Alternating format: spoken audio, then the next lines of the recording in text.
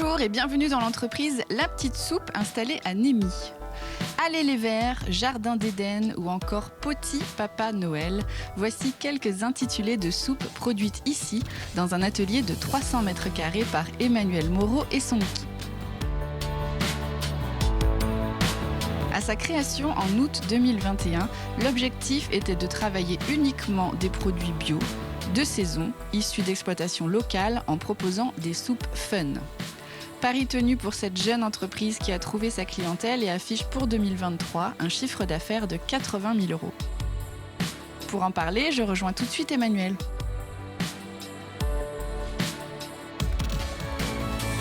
Bonjour Catel. Bonjour Emmanuel. Alors, on est ici pour découvrir ton entreprise, La Petite Soupe, que tu as créée il y a quelques années. Alors, tu as un parcours, il me semble, assez atypique, puisque tu as fait plein d'autres choses avant. Alors, c'est ce qu'on voudrait savoir. Qu'est-ce que tu as fait avant de créer La Petite Soupe? Quel est ton parcours un peu? Alors, il y en a plein qui te diraient que j'ai 1000 vies. Ben voilà, c'est ça. Non, j'ai commencé il y a pas mal d'années maintenant comme directeur d'école. Voilà, Ok. dans l'éducation nationale. D'accord.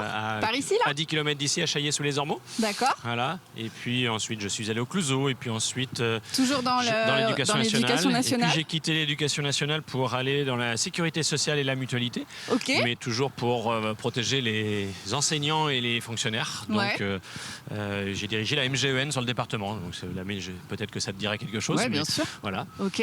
Et alors, comment on en passe de la MGEN à se dire, ok, je vais lancer mon entreprise, je vais faire des soupes? Alors, c'est pas comme ça qu'il faut le voir. Il faut le voir plutôt que quand j'étais gamin, je voulais faire cuistot, peut-être. Ah. Mais on m'a peut-être pas forcément entendu ou je l'ai pas forcément dit assez fort. Et puis, Ça, c'est pas fait. Voilà, ça c'est pas fait, mais c'est pas grave. Non. On peut faire plein de choses dans la vie. Ouais. Et puis, justement, toutes ces expériences m'ont permis de créer la petite boîte dans laquelle on va rentrer après. Ouais, donc en fait, du coup, tu cuisinais toi déjà beaucoup chez toi, Voilà. avec une affinité particulière pour la soupe. Ou une affinité pour tout. Mais, Ouais. Mais le déclic pour se dire, parce que créer une entreprise, c'est quand même beaucoup d'énergie, c'est beaucoup de travail, il suffit juste beaucoup de se dire questionnement. il suffit juste de se dire que c'est pas à 60 ans qu'on s'y mettra, quoi. Ouais, donc c'est que tu avais quelque part un peu dans ta tête l'envie un jour de se dire, ok, je vais avoir ma boîte, c'est quelque chose qui me branche. Alors avoir la boîte, pas forcément, Non. mais créer quelque chose, oui.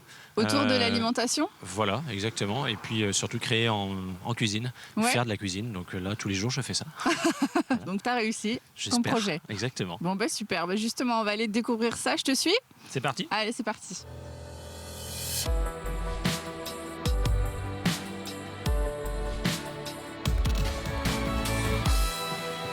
Ok Emmanuel, donc là ça y est, on est dans ton antre.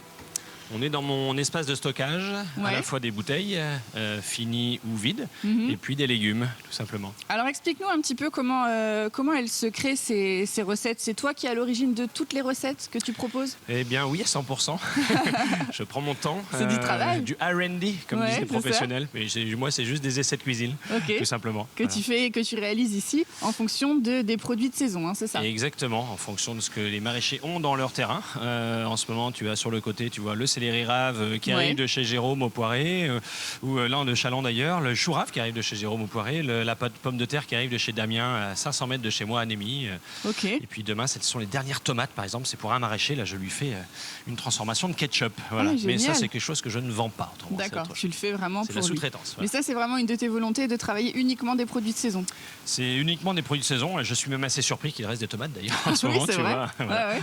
Et alors, pourquoi avoir choisi en particulier de proposer de la soupe comme produit? Alors mes amis te diraient que ça fait 20 ou 30 ans que même à mon anniversaire, il peut y avoir 30 ou 40 personnes, je fais de la soupe. D'accord, c'est Donc, vraiment ça ton plat préféré?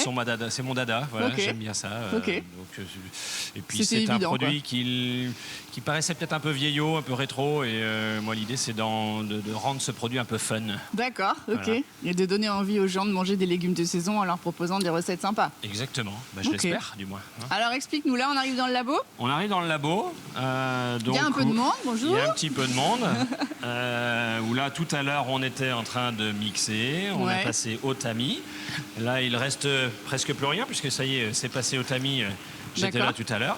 La marmite est vide, évidemment. C'était ici que ça se passait. Ouais, ouais. Et puis, une fois que les légumes sont passés, préparés, cuisinés, etc., eh bien, ils sont passés de l'autre côté.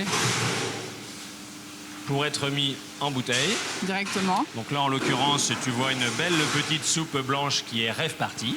Parce que c'est du... Céleri rave, du chou rave et un petit peu de lait de coco. D'accord, ok. Voilà. Alors ça, c'est ton contenant unique? T'as Alors, uniquement ce type de contenant-là? Pas plus, pas moins? Alors, j'ai essentiellement de la bouteille de 50 centilitres. D'accord. Puisque c'est mon concept au départ qui se veut sur cette bouteille-là. Ok. Et mon schéma économique, puisqu'il faut que ce soit rentable aussi. Bien sûr. Et sur une bouteille d'1 litre, je serais quasiment pas rentable. D'accord, donc là, c'est une soupe pour combien de personnes finalement? C'est un en repas fait, je ne pour, sais pas répondre à cette question. C'est vrai? Puisque si c'est ton repas unique, eh bien, tu vas la boire entièrement peut-être, ou en 2 fois. Ok. Mais si tu as 7-8 amis à la maison, Bien sûr. eh bien, tu vas mettre des petites verrines.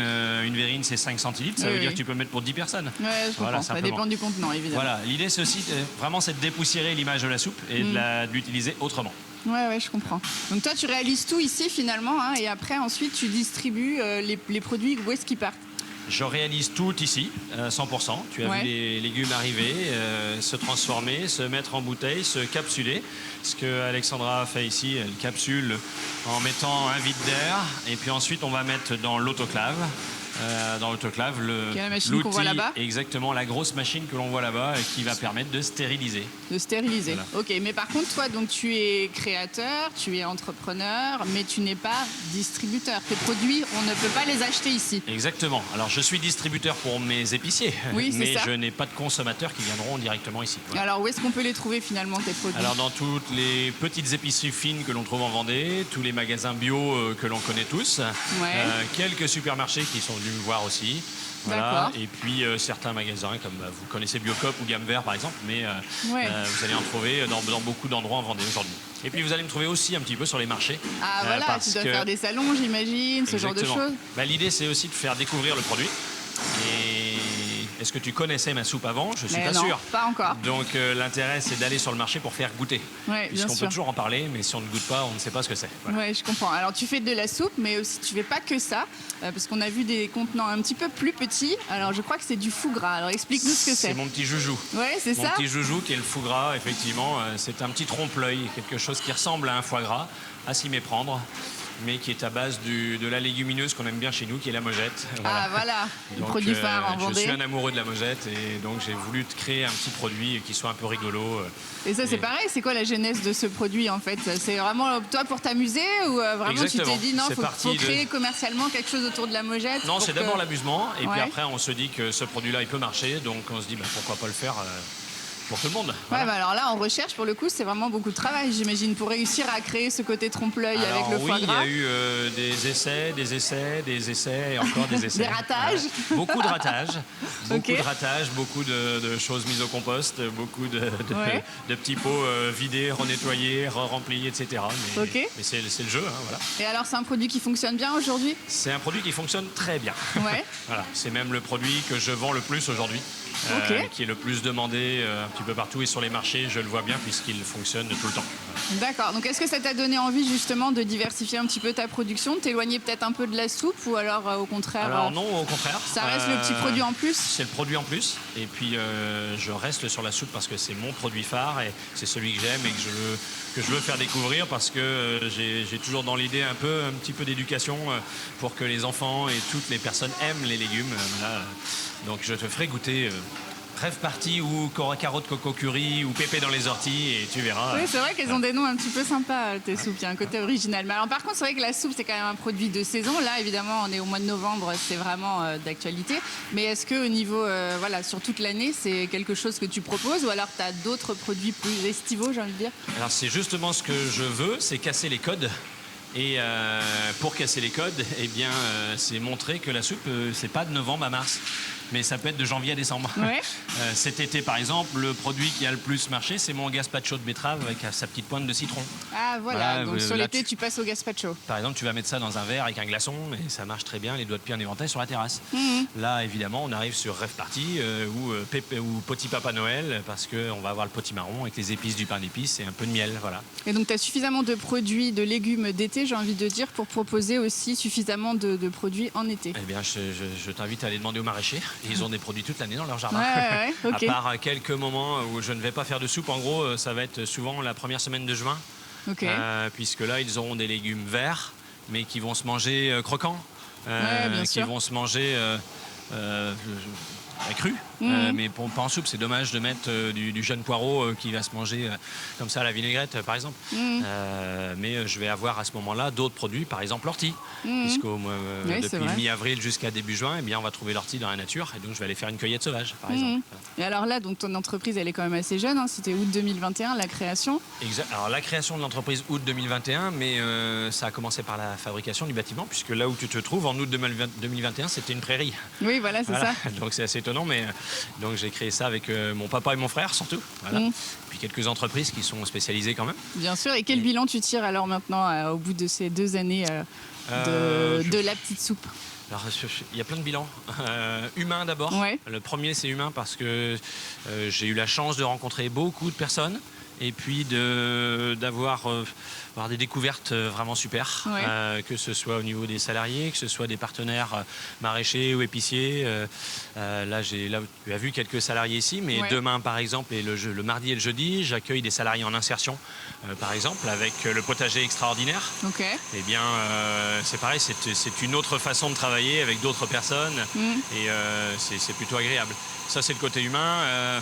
Le bilan financier est plutôt bon aujourd'hui par rapport à ce que j'imaginais. C'est une bonne surprise. Parce que je ne savais pas trop où aller. Bien sûr. Alors évidemment, on démarre. Donc peut-être que dans 2-3 ans, je te dirai, c'est difficile. Ouais, mais t'as vraiment réussi à trouver une clientèle. Ouais, c'est ça. Voilà, et des gens qui apprécient tes produits, donc c'est l'essentiel. J'ai plutôt cette chance-là, donc je ne vais pas toucher du bois. Du bois, il n'y en a pas. Il n'y en a pas beaucoup, mais un petit peu ça. Mais voilà, l'idée pour l'instant, c'est d'avoir trouvé une clientèle, mais il faut aller la chercher encore, puisque voilà, tu ne connaissais pas mon produit avant. Non. Donc il faut continuer à aller faire les marchés, aller faire les animations dans les petits magasins, aller faire un salon, faire puis un peu d'animation aussi sur les réseaux pour montrer que c'est une entreprise où on bosse, mais on s'amuse aussi un peu, parce que c'est tous les jours du plaisir. Voilà. Oui, c'est vrai. Les gens pourront regarder ta page Facebook qui est très sympa. Il y a des petits cours de danse, il y a pas mal de choses. Voilà, et ça va continuer. Bon, mais merci beaucoup, Emmanuel. On est ravis d'avoir découvert la petite soupe et on ne doute pas que dans quelques années, ça aura bien grandi. On reviendra te voir à ce moment-là. Ok. Je te remercie, Catel. À bientôt. À bientôt. Au revoir. Au revoir.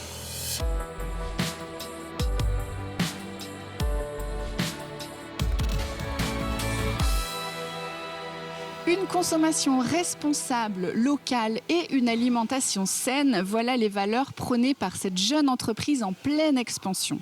Des 30 000 bouteilles commandées pour 2023, la petite soupe compte bien passer à 50 000 d'ici 2025. Merci beaucoup et à la semaine prochaine pour un prochain Mageco.